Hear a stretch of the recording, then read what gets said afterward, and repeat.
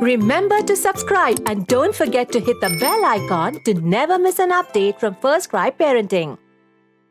Ferber method: getting your baby to sleep. Newborns are ridiculously fussy in most cases, and getting them to sleep can be a difficult task. Ferberizing is a method developed by pediatrician Richard Ferber, which helps parents make their child go to sleep quickly. What is the Ferber sleep method? The method encourages parents to let the baby soothe and calm himself to go to sleep. It depends on the child being ready both emotionally and physically and can be taught to the child when he is older than 6 months of age.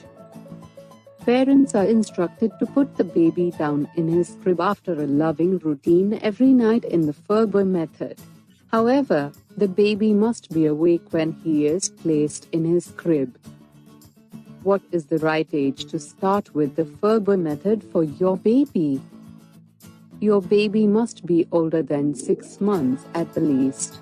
Doctors recommend that you use this method until the baby is at least half a year old.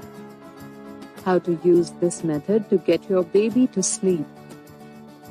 Develop a bedtime routine for your child. You can read a bedtime story or sing a lullaby. Make sure your child is involved in the actions you do. You have to put your child to sleep in his crib or sleeping space while drowsy but still awake. Ensure the room is silent and dark. You have to leave the room while the child is still awake. If he cries for your attention, you can go over to him and comfort him using pats and comfortable sounds. Then, leave the room when he is awake.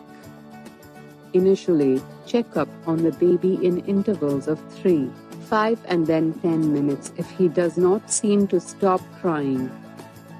Gradually, you have to increase the time between the checks with each passing day.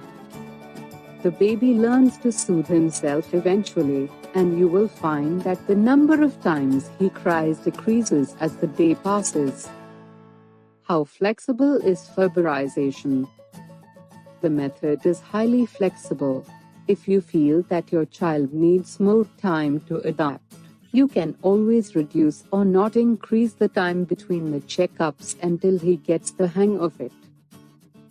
Limitations of Ferber sleep training methods. Number 1. Younger infants.